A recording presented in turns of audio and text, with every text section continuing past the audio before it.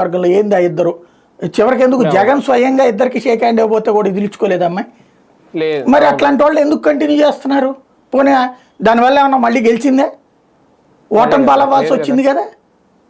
ఎందుకు ఎంకరేజ్ చేస్తారంటే అదే వచ్చింది గొడవ. ఇక అటో ఇటో తేల్చేసుకోవాలి. తేల్చేయకుండా అట్టాగే కూర్చోబెడితే పార్టీని ముంచారు, ఆయన్ని ముంచారు. ఇప్పటికే ఆయనకి ఆ విషయంలో జ్ఞానోదయం రావట్లేదు. అదే కదా. కానీ ఒకటి సార్, విడుదల రజనీ గారి వ్యవహారంలో అంటే అప్పుడు అధికారంలో ఉన్నా లేకపోయినా ఆమె ఒంటరి పోరాటమేనా? పైగా లావు శ్రీకృష్ణదేవరాయలు ఒక ఎత్తు అయితే పద్దిపాటి పుల్లారావు అంటే రెండు వైపుల నుంచి ఆమె మీద అటాకింగ్ అనేది జరుగుతుందా? ఇక సింగిల్గా పోరాడాల్సిందేనా? తప్పదు కదా. ఎక్కడైనా సరే ఇప్పుడు అక్కడ ఉన్నటువంటి చిలకలూరుపేట వాస్తవంగా ఆమె అక్కడే కంటిన్యూ అయ్యి ఉంటే ఏమై ఉండేదో. ఇప్పుడు ఇవాళ మళ్ళీ గెలవడం అంటే ఓ రకంగా విడుదల రజనీకి పునర్జన్మ వచ్చినట్టు. ఎందుకంటే ఇప్పటికే ఈమె పేరుతో, ఈమెకి తెలుసో తెలియదో మనకు తెలియదు, ఈమె పేరుతో ప్రతి గ్రామంలో దోచేసిన వాళ్ళు బోల్డ్ అంతమంది.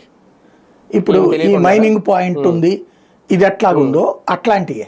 తెలియకుండా జరిగిందా జరిగిందా అంటే ఆమెకి తెలియకుండా ఏది జరగదనేదే ఒక పక్కన చెప్తారు. అంటే ఈ బంధువులే ఉన్నారని కదా, అదే కదా అనేది. కాబట్టి అది మనం రుజువు చేయలేం. అట్ ద సేమ్ టైం జరగలేదు అని చెప్పడానికి ఏం లేదు. అక్కడ దోపిడీ అయితే జరిగింది.